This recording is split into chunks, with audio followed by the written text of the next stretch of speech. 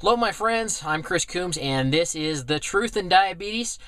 We're talking today the 90-day A1C challenge, tip number 5. That's right, tip number 5. And today, I'm going to talk about something a little bit different than some of the typical things that you usually hear. The whole, check your blood sugar, take your medication, follow a meal plan. I'm going to talk a little bit more about carbohydrates today, okay? When I learned about how to eat with being diabetic, I was taught that your carbohydrates were things like your breads, your pastas, your cereals, yada, yada, yada, okay? But I learned something as I began my journey to drop weight. Well, I learned that yes, breads, pastas, rice, cereals, all that, those are carbohydrates, but those are not great carbohydrates to eat. Why? Because they require more insulin for your body to process. Well, one thing that your doctors and your dietitians will teach you is yes, your fruits are a carbohydrate, but then again, so are your vegetables. Now, there's very little sugar in vegetables.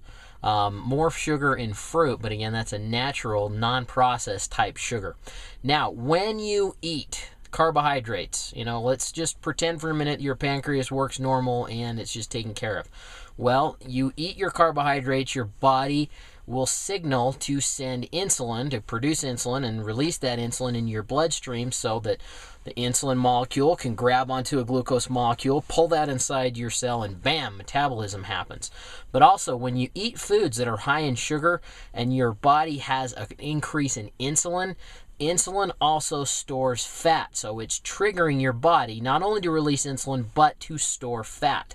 Okay, now, for me, and when I learned the whole eating to be a fat-burning machine system with Marcy Locke and her Eat to Be a Fat-Burning Machine program, what I learned is that fruits and vegetables work as a carb. So, yeah, I'm sitting in my car. It's lunchtime. I always have a bag of food with me because I'm always on the go. I'm going to show you what's for lunch today, and this will complete basically our tips. So, look at that. Great big salad, okay? That is the majority of my carbohydrate for my meal today. All this salad. Yes, I've got my leafy greens, my tomatoes, there's some celery, some cucumbers in there, okay?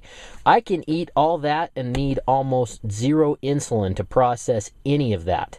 And I've got a little bit of Salisbury steak right there. And of course, my standby, one of my favorite fruits, an apple right there. So there you have it, right there. There's my carbohydrates for this meal. Salad and an apple. Okay, so there's the tip if you're trying to lower your A1C, improve your A1C. Also, this factors in if you're trying to shed some pounds or maintain a healthy weight. The less processed food you can eat, especially when it comes to the carbohydrates, the breads, the cereals, donuts. I could go on and on in this one. Noodles, pasta. All of those things require more insulin and are harder for your body to process.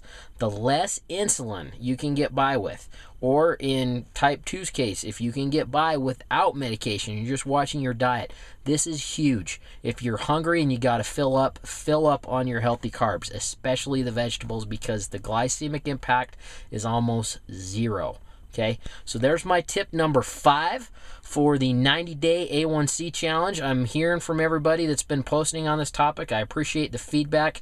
Sounds like everybody's doing fantastic. I'm seeing a lot of people maintaining or improving their A1C results. So remember, my friends, disease or destiny, it's your choice.